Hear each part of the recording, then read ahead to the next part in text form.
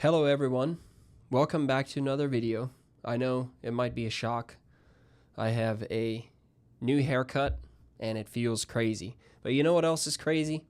I came across one of the craziest news stories I think I've ever heard in my life.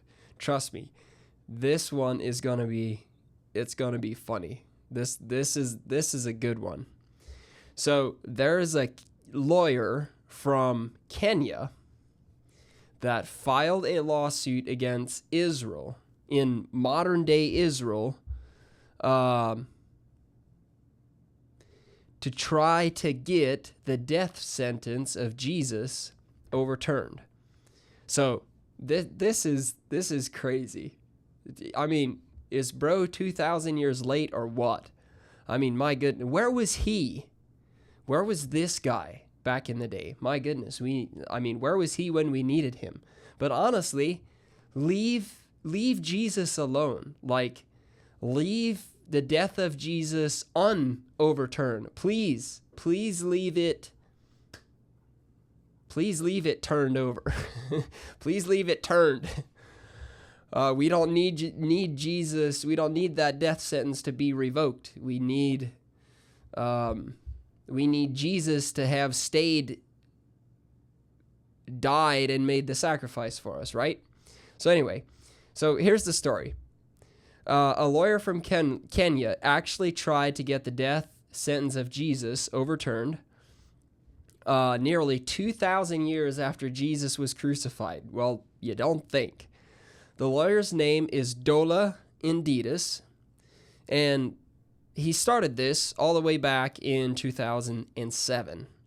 So that year, a group called Friends of Jesus filed a case in Kenya with Indidis representing them. And basically, their argument was that Jesus did not receive a fair trial. Well, wow, what a shocker. Amen to that. They challenged the way Jesus was arrested, questioned, tried, sentenced, and eventually crucified. But here's where the story gets interesting.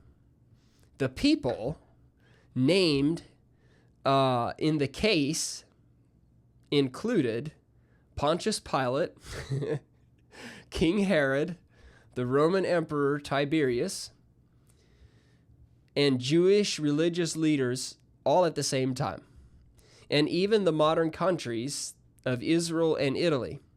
Now, most people named in this case have been dead for nearly 2,000 years. But Indidis argued that modern-day Israel and Italy have connections to the governments and territories that were involved in the trial and crucifixion of Jesus. The Kenyan court eventually rejected the case because it said it did not have the authority to rule on something like this. But Indidis apparently wasn't ready to give up. So several years later, in 2013, he tried to take the case to the this is just bizarre. He tried to take the case to the International Court of Justice. That is the United Nations main court for disputes between countries.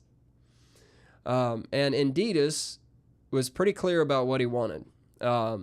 He wanted the conviction and the death sentence of Jesus to be declared invalid. Like, bro, no, we need that.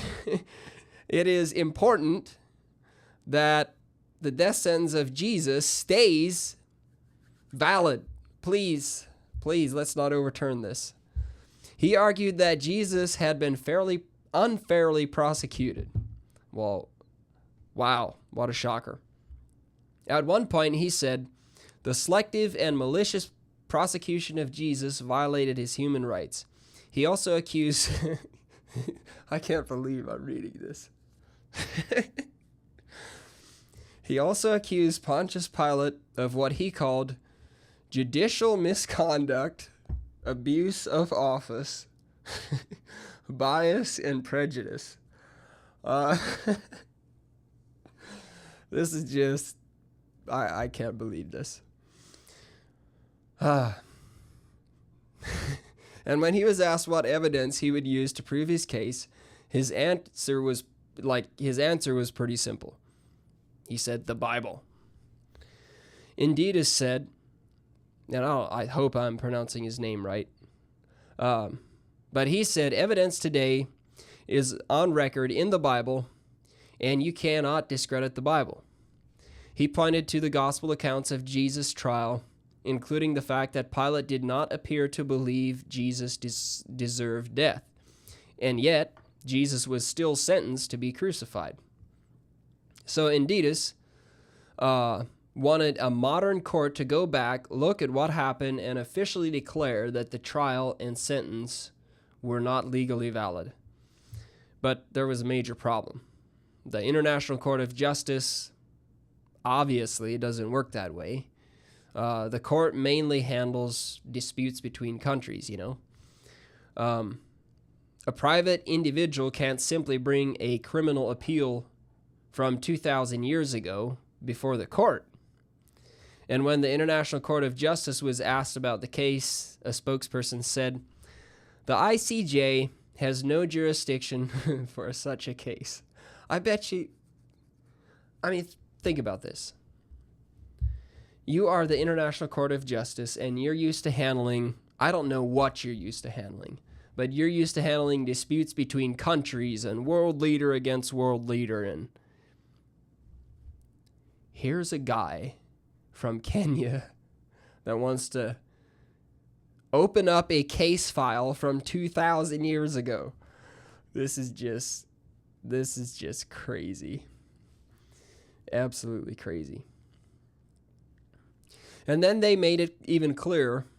The ICJ settles disputes between states. It is not even theoretically possible for us to consider this case. So despite some of the headlines you may see about this story, Israel was never actually put on trial at the International Court of Justice for the death of Jesus. The court never reopened Jesus' trial, and it never ruled on whether the death sentence was legal. What actually happened was that a Kenyan lawyer tried to get modern courts to overturn the conviction in the death sentence of Jesus. He first took the case to a Kenyan court, and years later he tried to take it to the International Court of Justice. Neither attempt succeeded, but the story itself is it's real. A lawyer really did try to overturn the death sentence of Jesus nearly 2,000 years after the crucifixion. This has got to be the craziest news story you've heard in quite a while. I saw this come over another news channel's page, and I was like, dude, I have to talk about this because this is one of the funniest things I've come across in a while. Bro just decided he's going to go try to get the death of Jesus overturned. But maybe is this legit? Like, do you take this seriously? Because I don't understand what this guy was thinking. But either way, funny story. Hopefully I can get you guys, keep doing videos every week of news stories and stuff like that. So check back in a week.